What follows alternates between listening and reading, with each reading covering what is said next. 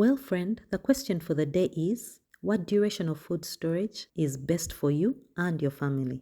Should you store food for a month, 3 months, a year, maybe even more? What is the best or ideal duration for you to store food for your family?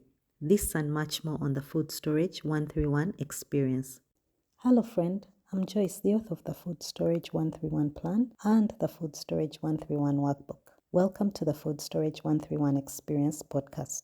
In this podcast, we share ideas and teach you how to stock your home with a year's worth of food for your family. I share ideas and strategies on how to stock up this food, where to store it, how to store it, and how to store it safely without breaking the bank. If this sparks your curiosity and you're interested in food security for your loved ones, then this is the podcast for you. I'm also offering a special bonus today for you who, beyond just listening, genuinely wants food security for your family. You're the kind of person who's saying, Joyce, just give me the plan, give me the tools to work with, and let me start on my unique journey to food security for my family. If this is you, then this bonus is indeed for you. Today I'm offering a 10% discount on the complete Food Storage 131 curriculum. This is the complete guide to your food security. It includes the Food Storage 131 plan, which you get to customize, the Food Storage 131 workbook with lots of spreadsheets and templates to guide you through the entire process, from determining how much food you will need, how to purchase it, where and how to store it safely, and lots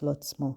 All you need to do is click the first link in the description, follow the promptings, and type the word first day with your first name, and you will immediately get your discount to your purchase. And with that, be ready to start your journey to food security for your family. Now back to the topic of the day. The whole idea of food storage in your home is to create a sense of security for your family, for those not so easy or unpleasant times in life. It is a food buffer for those hectic seasons, but also for those lazy seasons when you really would rather do anything than go shopping for food. I have lots of those. So if the idea is to have a food buffer for my family, what does that look like? How long should my food storage last? What duration should I plan for? Common terms appear in food storage like short-term food storage, long-term food storage, and even longer-term food storage. Right off the bat, I'm not one of those food preppers who are storing up food for the apocalypse. The people storing food in bunkers in case of some nuclear assault or something similar. While that is all good and indeed commendable, I feel and I believe a much closer threat is the lack of daily food in the house, irrespective of whether the whole world shuts down and civilization ends as we know it. At this point in my life, I am a much stronger advocate of making sure you have enough food in your home to last you at most 1 year. And in today's podcast, we shall discuss all the different tenures you could start with to achieve this goal of a year's worth of food stored up for your family. With that in mind, I have my own meaning of the different tenures of food storage. I refer to short-term food storage as anything between 3 to 6 months of storage. I refer to long-term food storage as a year's worth of food stocked up, and longer-term food storage as anything beyond the 1 year mark. Please note that this is my definition,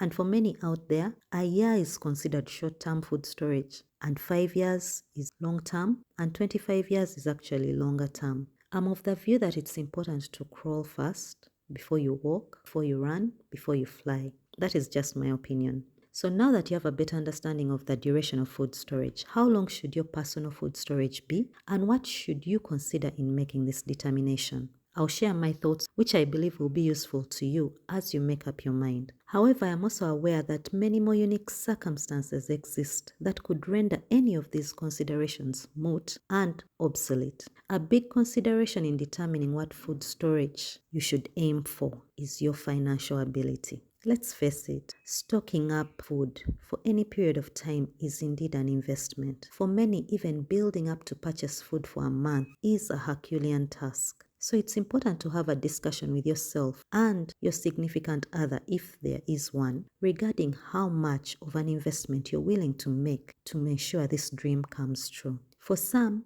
there might be some sacrifices you may need to make, some pleasures you may need to forego for a season to make it happen. And so you need to have that frank discussion and make sure your interests are aligned in this venture. I'm sure it goes without saying that the more you are willing to invest in this, the longer your food storage will be, and vice versa. Another consideration is how much physical space you have to store this food. Storing a kilogram of rice looks very different from storing 100 kilograms of rice.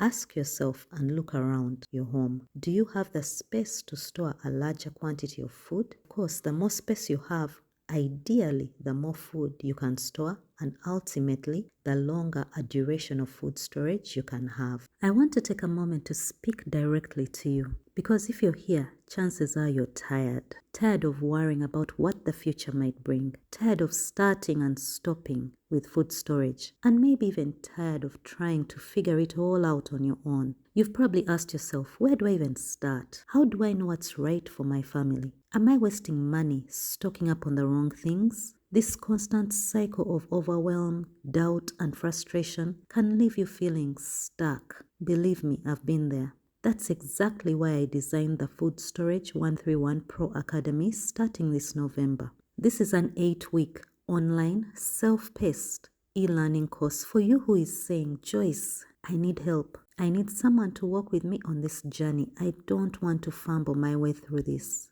The Pro Academy offers online classes accessible at your convenience, broken down in simple segments for easy follow-up. These classes are self-paced, meaning you can move from one to the next at your own pace without any pressure. It's an 8-week program, but you can do it in 4 or 6 or even 12 weeks. It literally follows your schedule. It also offers access and responses to your questions. If you have questions along your journey, there's a platform for you to ask and get the answers you need for exactly where you are. That means you'll have someone answer your questions, guide you through the hard spots, and keep you accountable so you don't feel like you're doing this alone. It has numerous templates and downloads with each lesson, so rather than be overwhelmed with all that you need to do at once, it's broken down in bite-sized assignments that give you clear traction. It will also give you access to a safe and private community to freely share with others, like-minded people pursuing the same lifestyle, to encourage and uplift you,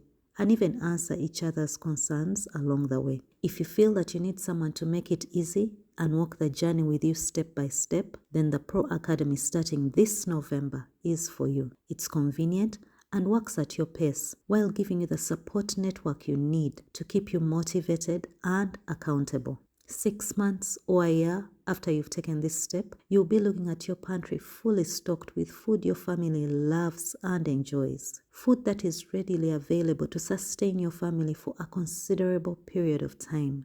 Think of the peace you will have, not having to worry about emergencies. Think of the freedom this could give you to do the things you really love to do. Think of the joy you would have coming and staying home each evening with happy faces all around. That could be you. Click the second link in the description and sign up for the Food Storage 131 Pro Academy starting this November. Let's together build a movement of food sufficiency for our families, one household at a time.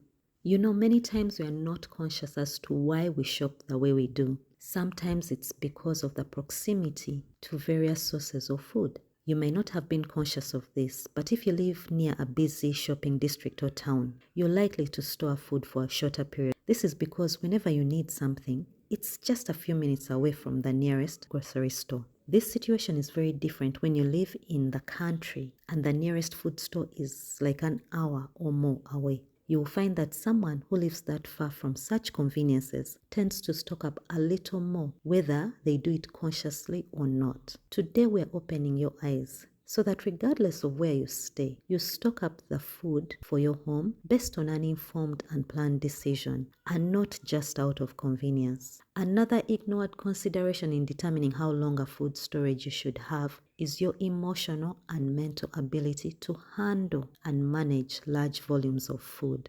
This may seem overreaching, but believe you me, it takes a special skill set to be able to handle, stock up and store correctly bulk food. And truth be told, not everyone can mentally or emotionally handle this. This is not to scare anyone away. Bulk shopping is a learned skill.